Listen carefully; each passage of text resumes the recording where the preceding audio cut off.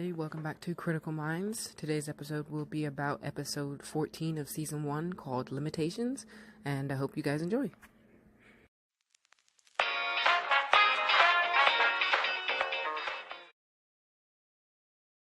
Okay, so this episode starts off in, I guess, like a giant police meeting. I'm not really 100% sure what to call it. Probably should look it up. I'll leave it in the comments. But, so it starts off with, I'm thinking it's like the chief of wherever this is. They're not really giving me much information right now, but if I was to guess, I'm guessing it's the chief. And, chief commissioner, that's what it is. He's talking to this cop about a string of, robberies, and I think this guy's a captain of another precinct, and he's like, you failed to do your job, I'm moving you somewhere else. So it's kind of giving you a sense of the pressure that the captain of each precinct has, and this guy is scary as hell, you know. He's like that teacher that doesn't want to give you any slack, that's like, oh, you missed like a couple of days in school because you were sick, and you come back and you're like, hey, can I get like an extra time on this test? And he's like, no. You know, that's the kind of guy this guy is. So, you know, we're starting off real hard here. So anyway, Captain Cragen is now called up to the podium, and the chief is like, hey, have you heard of this rapist that was doing some crazy shit in 95? And Captain Cragen's like, I wasn't in SVU in 95. How would I know about this case? And he's like, well, if you had read about it in your circular, which I'm assuming is like, you know, a file that goes round to every captain, you know, every once in a while so that they can keep in track or whatever. But to be honest, I wouldn't blame him for not reading it, considering, you know, he probably has a lot of cases. But anyway, he's like, some DNA backlogs came back, and it turns out this rapist is a serial rapist. He did like 3 women just under 5 years ago. Now, if anybody really knows anything about law, there's a statute of limitations on rape, at least at the time, and it's 5 years. And this episode is set in 2000, and these rapes occurred in 1995.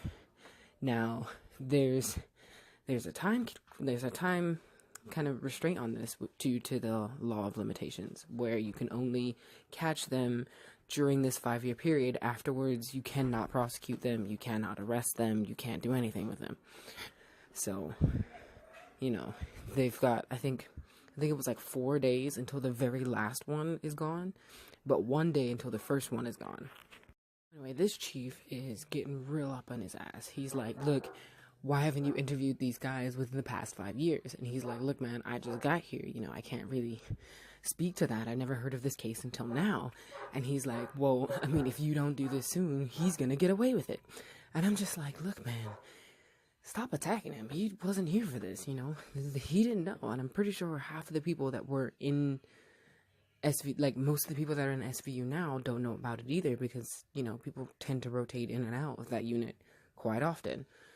But, anyway, the chief is like, look, man, you need to do this, because I've got, like, this lady who's here who wants to address the court. And he's like, oh, crap, now we're gonna listen to this lady who's about to chew his ass off for something he didn't even do. So, you know, the lady comes in, and she has, like, press behind her. Her hair is done up in, like, this sort of, like, really posh-looking kind of way, where she looks like she'd be, like, a hard-ass lawyer if she wasn't doing what she's doing right now.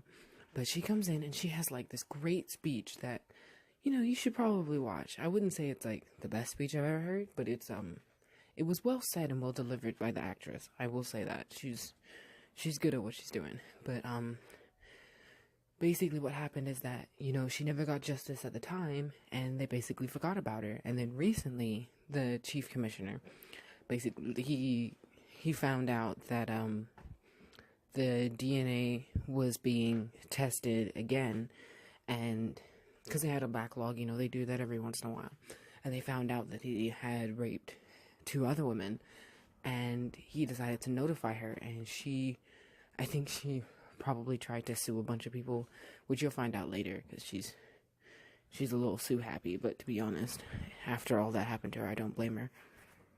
So now at this point, Captain Kraken is kind of just, put in a corner. He's got to take this case. So he's like, okay, we'll make it our top priority. And I'm like, oh God, you just got thrown something. You just got thrown something from like the left field. You got your hands full with this one. But to be honest, it kind of sucks that they never got justice when it happened. But I guess better late than never. Anyway, for all you guys who are probably wondering what the statute of limitations is and why, I will put a link in the description. I can understand why it was created, but there are a lot of loopholes that can get people out of being convicted for a crime that they did. But the entirety of this episode really goes in depth with that, so I'll also be talking about it during this time. So here we are with this rapist that they're trying to find, and all they have on him is his DNA. And they've dubbed him John Doe 121, I think was what it was. And basically at this point, they've just got to talk to the victims, try to find out, what they know, what they may have missed, stuff like that. And at the same time, they're trying to see if they can get a warrant for the arrest of the person who has the DNA of John Doe 121. Now, the problem is that with the statute of limitations, you cannot arrest somebody. But if you have a warrant out for the arrest for somebody during the time before the statute runs out, you can still get them, So, it's more like, if they have a warrant out for his arrest, and he's got the DNA, he can't run away from it. So they go to the judge. They ask the judge, hey, can you write a warrant for this? And he's like, I don't know if I should do this. If you do this, anybody can just get a warrant out for somebody's DNA, and then it takes the whole point out of the statute of limitations. So he's like, look, if you want to go for an appeal, go ask another judge, but I'm not giving this to you. So Olivia and Elliot go and see one of the other victims. Now, this woman is kind of disheveled. She's a little bit uneasy. She doesn't really remember much. She's not really helping them out very much. But what I like about Olivia and Elliot is that they don't get immediately frustrated with her because they understand, hey, it's been 5 years and you went through something traumatic and awful. And Elliot's reassuring her, no, you did great. It's okay. Just get through your day. Olivia even gives her card so that she can call her anytime. So then Munch and Jeffrey go visit the second woman, and she's got like an airy atmosphere about her, kind of like if you ever watch Matilda, Miss Honey, she kind of reminds me of her, but more shooken out, but less happy. But she says she's happy considering she got into a sort of religious group or something that's giving her a feeling of belonging, which, some people need that, and I think if it's working for her, it's working for her, and it's all good. But so they're talking to her, and they're like, we're trying to figure out more things, and the other two victims said that the attacker knew certain things about their lives. She said, oh yeah, he knew my dog's name, he knew where I used to eat breakfast, and that's kind of creepy. I mean, he was obviously stalking them, right? So they're talking to her, but she's giving off this air of like she just wants it to end. She doesn't want to be a part of any of this, and I can understand. She's trying to get past it all. So Olivia and Elliot go visit the first lady from the commissioner hearing or whatever, and she's like, I never really thought that the detectives on the case were really, the best and brightest. She didn't really think that they were really, on the case like they said they would be, considering they were overworked with other cases. So she apparently had her own PI who investigated a little bit and talked to some guy who was on a green bike that sped away after it happened, and that there was a witness to this. So Olivia and Elliot's like, oh, there's none of these reports said anything about that, but let's go take a look. And from the impression that Olivia and Elliot had on, like, the expression that they had on their face, the impression of this lady is, she's kind of like hardball, if you get what I mean. She's very straightforward, and I think after what had happened to her, she kind of became really serious. She didn't want anybody to take over control of her like he did. You know, she wanted to have all that control back, so now she's kind of stiff and stern and serious. And she applies that to everything that she does, but at the same time, you know, she kind of, she made a remark about how the security in her building wasn't up to the greatest standards, that the guy was able to break into her house and then, you know, assault her. She made a remark about how she was suing them, and Elliot and Olivia have this face like, whoa, I mean, I don't think you should really do that, but, you know, they didn't say anything, but you can obviously tell that, they're a little bit, taken back on how she reacts to certain things. So anyway, they go outside and they interview the guy, and he says he saw this kid on a green bike, you know, cycle away really fast, and on his green bike, and said that he was wearing some sort of jumpsuit. Now, they're thinking that he's like some sort of like bike messenger that sends packages and whatever. They don't really have a lot of those in rural areas, but I think they have a lot of them in New York City, you know, bike messengers or whatever. But what was interesting is that he's like, yeah, I know my bikes, you know, because I used to work in a bike shop, but, you know, I can't really tell you much of anything else, considering this was like 5 years ago. And they're like, oh man, you know, I guess it really was 5 years ago, but thank God he used to work in a bike shop, otherwise he wouldn't be able to ID this bike so well. So the first victim finds out that the first judge didn't say that they could use it to get an arrest warrant. Now, they told her that it was even going to be on appeal, but she is kind of upset about it already. She's like, you had 5 years to do this stupid maneuver to get a warrant for his DNA, and you didn't. And at this point, all I can say is that you guys have just failed me. You failed me. You know, screw this. You failed me. You know, what am I supposed to do now? You know, and Captain Cragen is just taking this to heart. Even though it really wasn't his fault, it's still getting to him, because he's like, I could have done something about it, you know? But, he didn't. So it's the next day, and the statute of limitations on the first rape is done. They now only have 3 days, and 2 days for the second one, to arrest this guy. And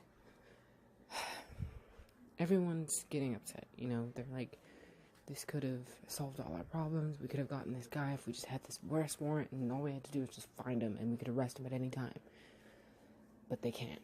At least not yet. They still have to go to the judge for the appeal, which I think is going to happen today. But, John Munch, you know, the conspiracy theories guy, he's like, I don't know about this. This is kind of going all over our civil liberties, which I feel like is his catchphrase. But, he's like, I don't think I like people trying to get a warrant for an arrest of something that I did years ago. Or if I did, or if I didn't do, you know. You're making my life harder for doing this. And Olivia's like, are you telling me that if John Doe 121 came in here and confessed to this lady's rape, but only hers, you wouldn't arrest her? You wouldn't feel bad about letting him go? And he said, no, I'm not saying that at all. I'm saying that it's not okay to arrest people who may have done something years ago that they've learned their lesson for, or they didn't even do, and they've just got these half-cocked, like, DNA results or whatever for it, of something that I may not have done. He doesn't like the fact that the government can just do that. I can understand his paranoia about this, but at the same time, I feel like there should be at least some exceptions, if you get what I mean. So, Munch and Jeffries go to visit one of the old detectives of the case. She says, you know, it was one of those cases that just had no leads. It kind of seemed really hopeless. And the case that they were working on was the first lady whose statute of limitations is out now. And she said, I was so frustrated with this case that I ended up transferring. And they were like, oh, that's crazy. And, she's like, yeah, I mean, that was like one of the reasons. But the other reason is because she basically sued them for, I guess, what you could call as neglection of the case or whatever. It didn't fall through, she never really got to sue them. But the fact that she sued her, the fact that she was so angry, frustrated her, and made her sad enough to transfer to a different precinct. So Olivia and Elliot visit another detective, and he's like, he's just basically the same thing. He's like, I wasn't really sure how to really sort out this case. And he asked, who had the other two cases? And they're like, the first one was this lady out in another precinct. And he's like, oh yeah, she was a great cop. Then they mentioned this new guy, I think Frank or something, whatever, some dude name. And he's like, oh man, that guy was terrible. He thought that most rapes were fantasies and that they probably just regretted it the next day or something. And, Olivia's got that face like, oh, this guy, he probably ruined this entire investigation for everybody. And they're like, well, what's he doing now? And he's like, well, he screwed up on another case. And they were like, either retire or get fired. And, he retired. And then he opened up some cop bar down in Queens, and they're on their way now. But I'm gonna tell you this right now, I already don't like this guy. But before they leave, they ask the detective why he left SVU, and he describes this case, his last case, of a kidnapped woman who had been tortured. And he said, that case really got to me. He remembered her name. And he said, no one sees the stuff that we do. And that kind of really made me feel really sad for these people, because they're doing all these cases and they must see the most horrific things. I mean, it's one thing to see somebody dead because it's over. It's another thing to see someone who's alive still suffering from the pain of what had happened to them, that they can't even continue on with their life because of what had happened. But at the same time, I feel like the things that keep them going is hearing about the success stories of victims and survivors that turn their life around, and regardless of what happened to them, they become greater people. So Olivia and Elliot at this cop bar, and they're talking to this cop, ex-cop, whatever dude, and they're talking to him about what happened. And he's like, well, this girl, she was kind of bookish, she wasn't really, I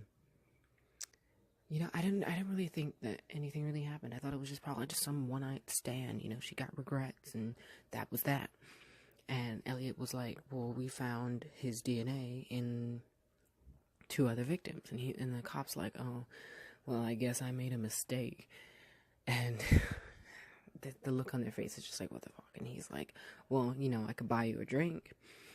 And Olivia has just this angry look on her face, and she just walks away. I mean, I would too. She just walks away. Now, Elliot, he sits there and he just gives him this lingering stare of just disappointment, which I think is probably more hard-hitting on this cop than Olivia walking away. And I think it was well executed. That was well directed.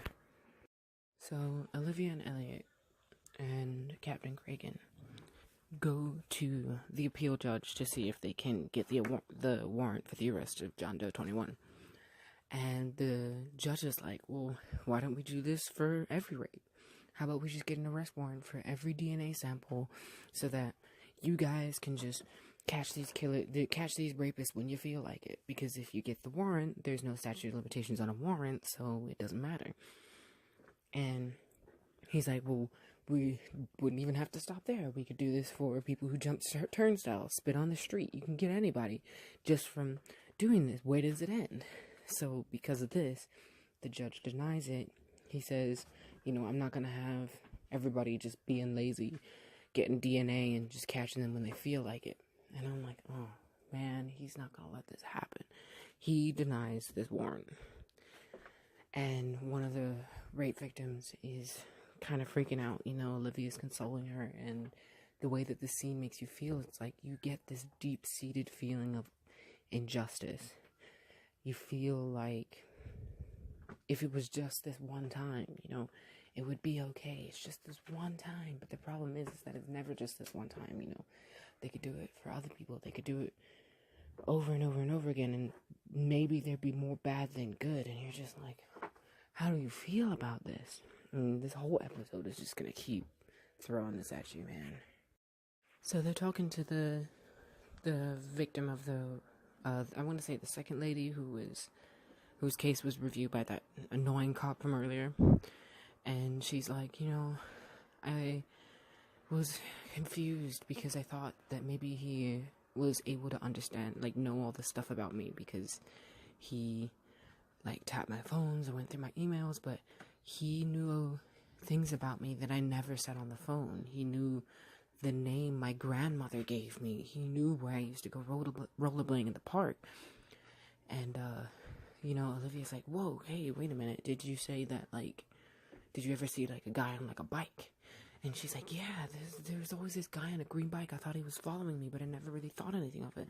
I told the detectives, and she basically had a really shitty time. They said, maybe you should go see, a psychiatrist, and they're like, oh, for, rape counseling, and she was like, no, they thought I was crazy. They thought, oh, maybe you just see every guy on a bike is just a rapist or something. And I'm like, this poor woman, if they had just done their job, if they cared about her, they wouldn't have been in this situation in the first place. It's just all types just wrong. Everything went terribly for this poor woman. I mean, they made her feel like she was crazy. That's why she's so rattled now. She's shaky and disheveled. I feel bad for her. So at this point, they realize that this bike is a really big deal. So they go back to the PI of the first lady, and he says, I figured it was a bike messenger. Here's the one that has these bikes. And they're basically like, well, this makes sense, Bike messengers can just, get into apartments unseen as a disguise. You don't remember what the delivery guy who gave your package looks like. What does a UPS guy look like? I don't know. I know it's a guy. That's all I really know. And, it sucks because that's how he got in, That was such a great disguise, The problem is, it's kind of disbanded. It went bankrupt a couple years ago. Now they have to find out, who worked at that time. They do find the guy who was the CEO or whatever, who's now working at a laundromat or something. And they're about to go interview him. They get to the laundromat and they talk to this guy, and he's like, oh yeah, I got all the records for everything that happened back then. And I'm like, okay, this is kind of crazy. No way you have all of them. But he goes to the back and grabs this big old giant box, and it's got a bunch of I'm talking a shit ton of papers in there. And I'm looking at this and I'm like, did you organize any of this? And Jeffries and Munch are looking at it and they're like, oh my god, how are we gonna do this in 2 days? And they bring it back and they start looking, and Jeffries is like, okay, how about we just look at billing addresses, or just let's just cut this down. So anyway, they find out that one of the places on the night of one of the rapes or something, one of the places that one of the victims works at ordered a bunch of things from there. So Olivia was like, okay, maybe this is our connection. So they go back to see the last lady who has the longest amount of time left. And they're like, do you remember this messaging agency? And she's like, I remember this bike messaging people. And they're like, do you remember anything about a specific messenger? And she's like, I really don't want to say. And I'm like, okay, what do you mean you don't want to say? What's going on? So Olivia's thinking at this point, maybe she just doesn't want to go on trial. Maybe she's just scared, which is completely understandable, Trial can be scary. But she's like, no, it's not that, I just think he's changed. And Elliot's like, but what if he's a danger to others? And she's like, I don't think he is. And they're like, you know this man. And she's like, I talked to him. I met him by accident. He's fine. His life isn't that great anyway.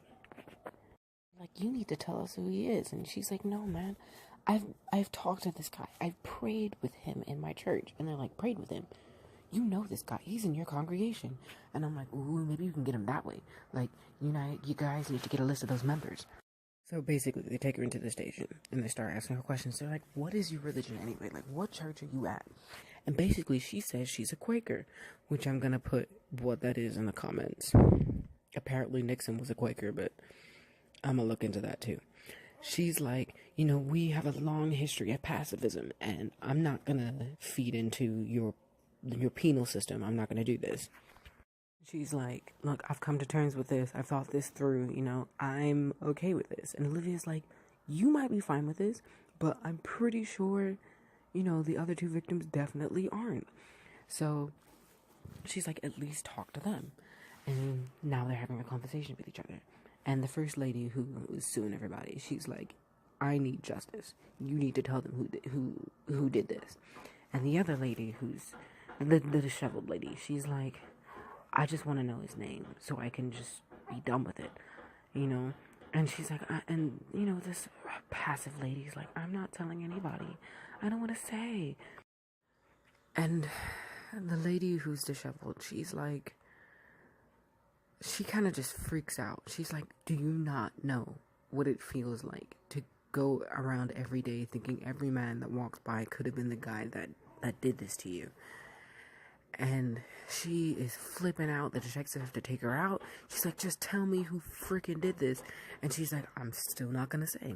And Captain Kraken's like, you know what, screw it. Let's compel her. This is compelling someone to say what they know is like a material witness. Basically means they get a warrant for her testimony.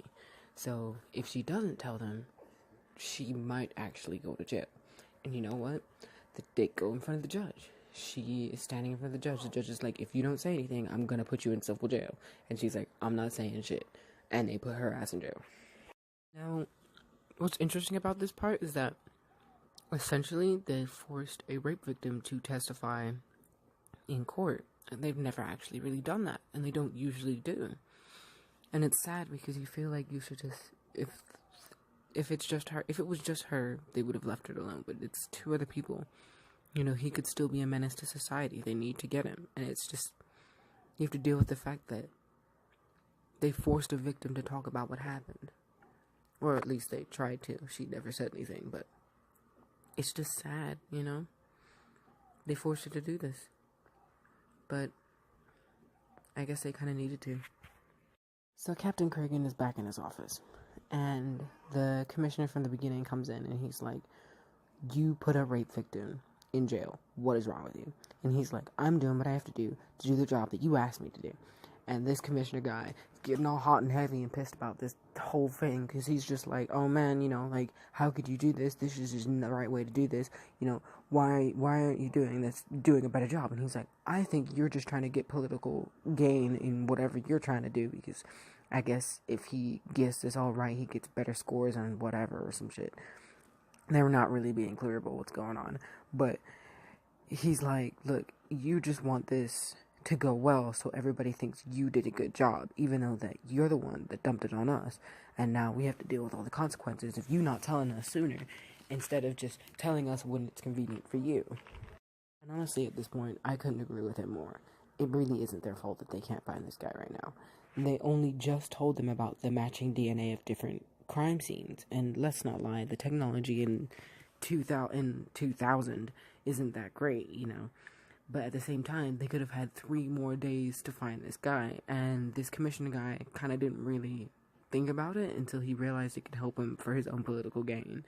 And he's like, if you had just told me about this earlier, we would have had more time. But you only wanted to tell me now so that it was for you to look like a better person.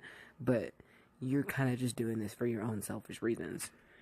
The captain's kind of just like, look, leave me alone and let me just finish this case so that maybe we can get justice for these women and you can get whatever political gain you want. So he just leaves. Now, Livy and Elliot go to the church that this lady goes to try and get a list of their members so that they can get a warrant or some shit. They were like, hey, you could just tell us your members or we can get a warrant. And the church dude, who's like her psychiatrist or whatever, It's like, well, I guess you're gonna have to get a warrant, but when you come back, I will not be alone. Like, they're gonna have some sort of weird protest thing in their church or something. They come back with the warrant, and Olivia and Elliot are clearly very, very uneasy about this. They're not comfortable with what's happening at all. And Captain Kraken is like, look, we're not the bad guys here. We just have to do what we gotta do to get this rapist.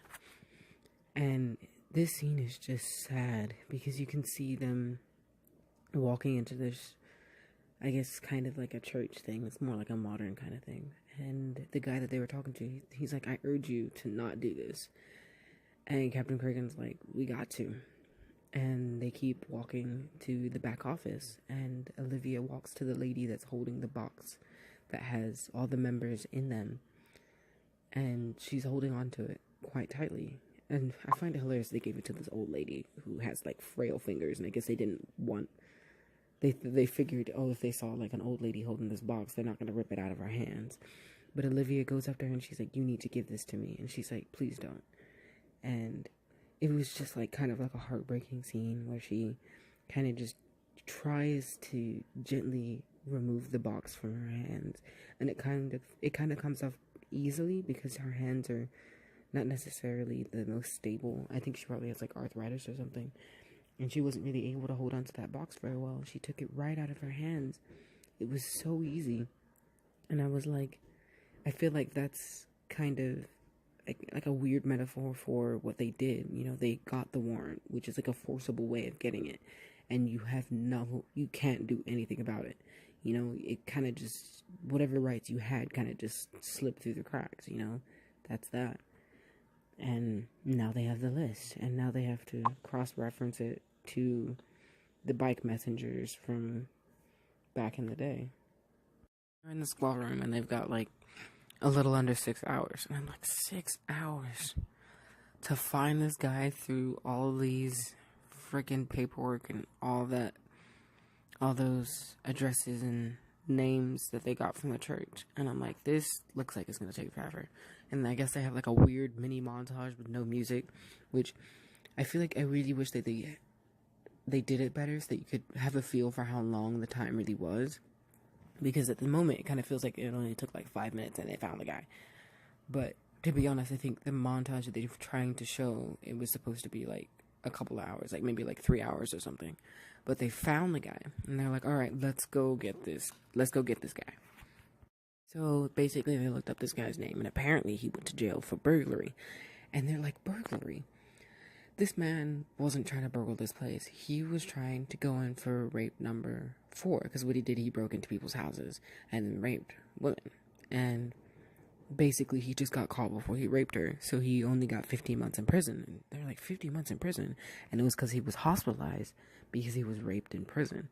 And the captain's like, look, man, I don't care about that right now. I just want to get this guy before the statute of limitations is up.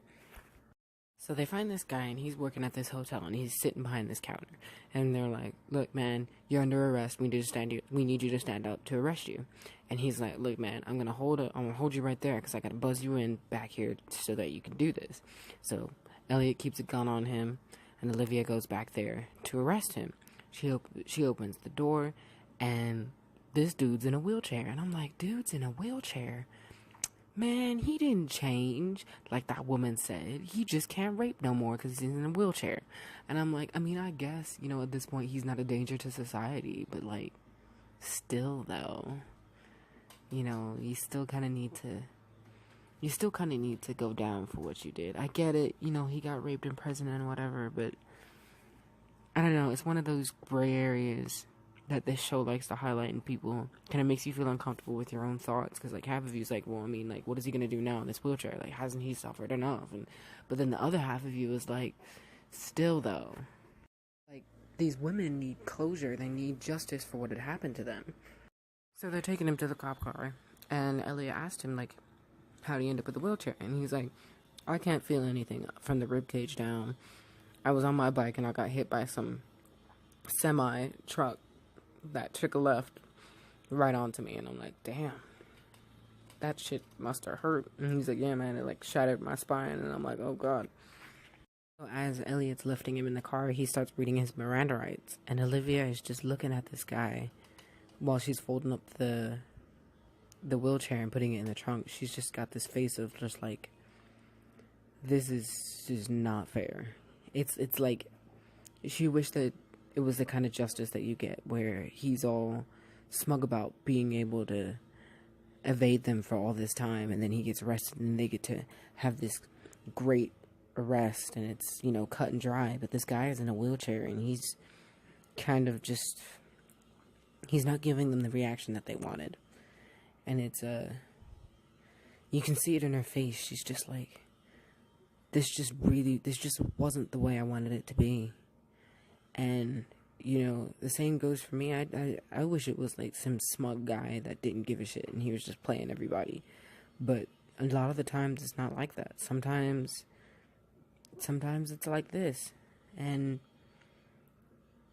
this is where the episode ends. You know, you get executive producer Dick Wolf, and that's it. And you're just like, man, what the hell? That was one hell of a shitty ending, you know? But I think the way that this episode was made, I think it was really well done. I think the way that they made you feel about your own thoughts, about other people, about the law, about what happens after cold cases go cold. Like, it makes you feel bad for all the people that didn't say anything about their rapes, that they can't anymore because it's been 5 years. You think about all these things that the law has done, and that it's done for people, and it's done against people who needed it. It's a lot, you know? It's a lot in this one episode that they went over, but I think everybody who's listening should definitely watch this episode for themselves to get all the little tiny things that I may have missed. But I think it's a good episode to watch. It's incredibly entertaining, you know, it really is. I had a good time watching it. But that's the end of today's episode, and I'll see you guys on the flippity flip.